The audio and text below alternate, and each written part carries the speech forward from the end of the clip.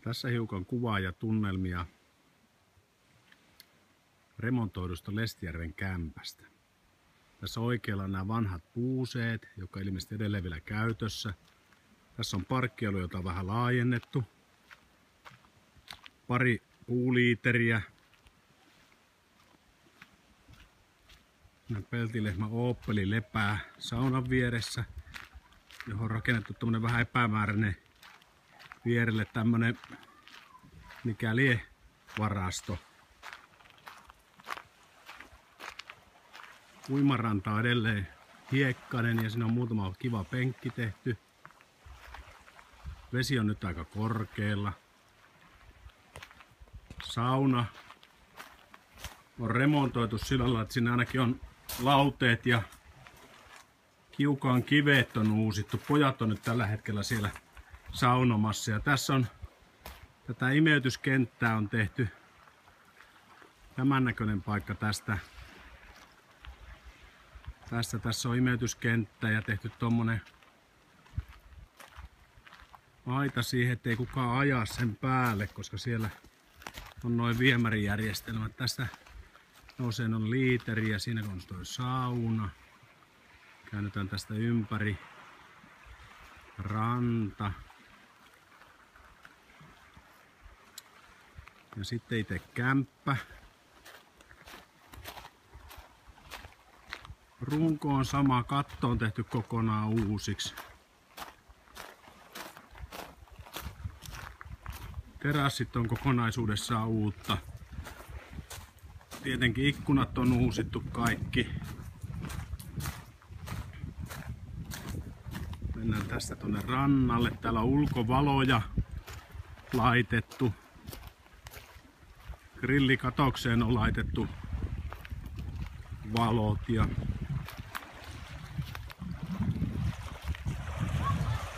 tässä on tää ranta.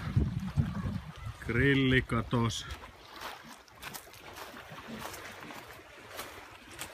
Mennään tästä tänne rannalle. Se on vanha tuttu juttu. Vesi on nyt tosi korkealla. Palataan tänne kämpälle.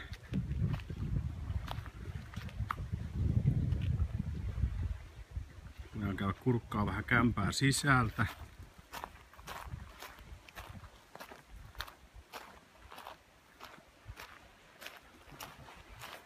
Hyvin on remontti kyllä tehty, täytyy sanoa. Mennään tänne povoutumaan puolelle, avataan tästä ovia sisälle.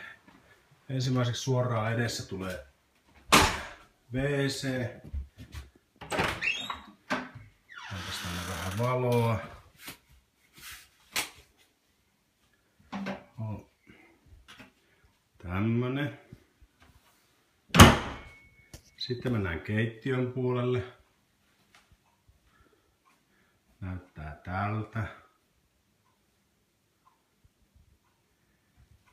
Sitten tässä on ensimmäinen makuuhuone. Täällä on kulmasohva.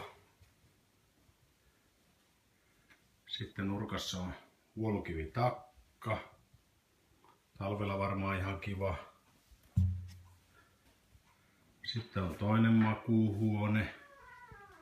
Se on pari vuodetta. Ja sitten on komero peilillä tossa.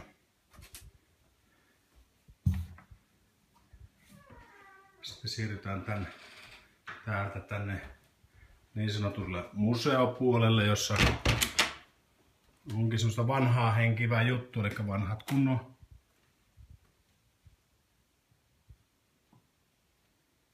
pöydät ja tuolithan täällä on, johon mahtuu muutama hemmo iltaa viettelemään. Ja sitten on laverisängyt ja kamiina vanhahan on purettu pois, että tässä tuvassahan mulla ja Irmelillä on hyviä muistoja, kun täällä yksi talviloma oltiin, äiti, minä, taisi olla Irmeli ja sitten toi Pike, kun me tää talviloma täällä vietettiin. Ja tässä on tämmösiä museoesineitä, laitettu sitten tähän metsänhoitoon liittyen, että ihan näyttävä tupahan tämä on ja täälläkin tarvittaessa muutama henki majailee.